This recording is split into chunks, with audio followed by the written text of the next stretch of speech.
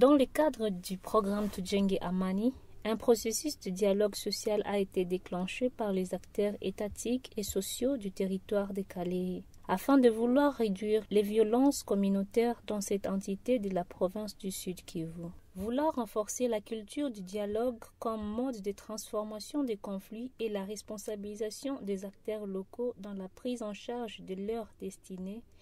le programme Tujenge Amani a mis en œuvre une série d'activités dont les dialogues sociaux, l'accompagnement de cadres de dialogue et de médiation, CDM en sigle, comme structure communautaire engagée dans la prévention et la transformation des conflits et la dynamique jeunesse Tujenge Amani qui tente de mobiliser les jeunes dans une nouvelle perspective.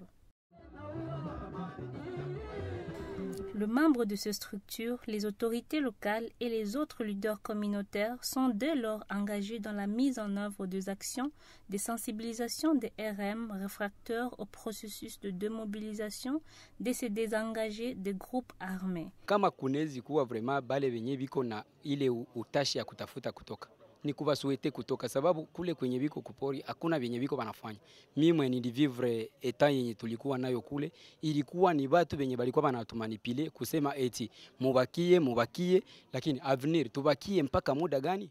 Des sensibilisations appelant les membres de la communauté à recourir aux voies pacifiques pour résoudre leurs différends, des actions de médiation entre les parties en conflit. Tunapataka vijana kutomba mashauri kwamba wataweza kuingia katika communauté namna gani, na ni kweli leo tumepata precision na bila krente kutoka mkubwa wa majeshi hapa kusema kwamba hakuna condition ya mtu kutoka katika pori, lakini anaomba kama kila mtu akuye, hakuna condition ya kusema kwamba atafuatilia mtu, lakini arudie katika communauté kusudi ajenge amani pamoja na wengine. C'est dans le cadre de s'assurer que ce processus évalue normalement qu'une équipe de APC a organisé une mission de suivi des actions du programme dans l'axe Bunyakiri.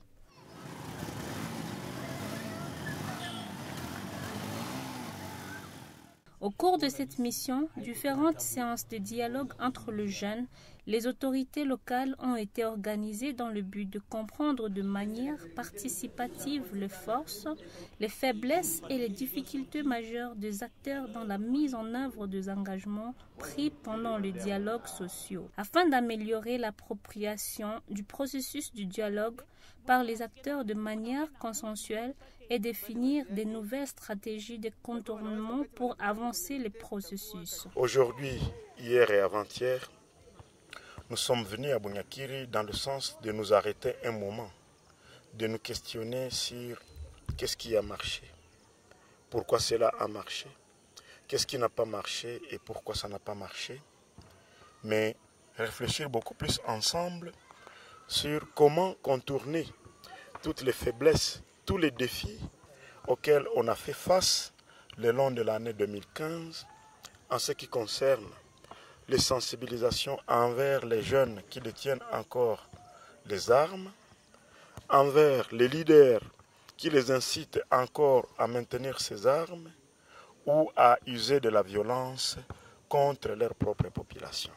Les acteurs concernés par ces activités étaient des personnes résidant dans les sites ciblés pour les travaux d'évaluation de l'état d'avancement des engagements du dialogue social où il y a convergence des influences de ces mêmes acteurs. Il s'agit donc de chefs coutumiers, les femmes, la FARDC, la PNC, l'ANER, les jeunes filles et garçons, CPA, les leaders et la confession religieuse, pour mener des discussions d'intérêt qui sont capables d'analyser les faits et d'engager toute la communauté dans le processus de dialogue pour une cohésion favorable au développement socio-économique de Bunyakiri.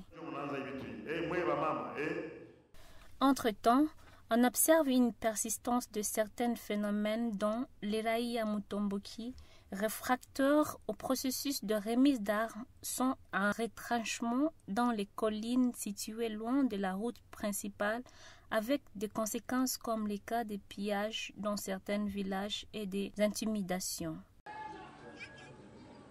Certains leaders ayant engagé les processus de dialogue avec les autorités politico-administratives et des services de sécurité se trouvent sans réponse à leurs attentes de réinsertion, soit dans la communauté, soit dans le processus DDR. Moi, je voulais demander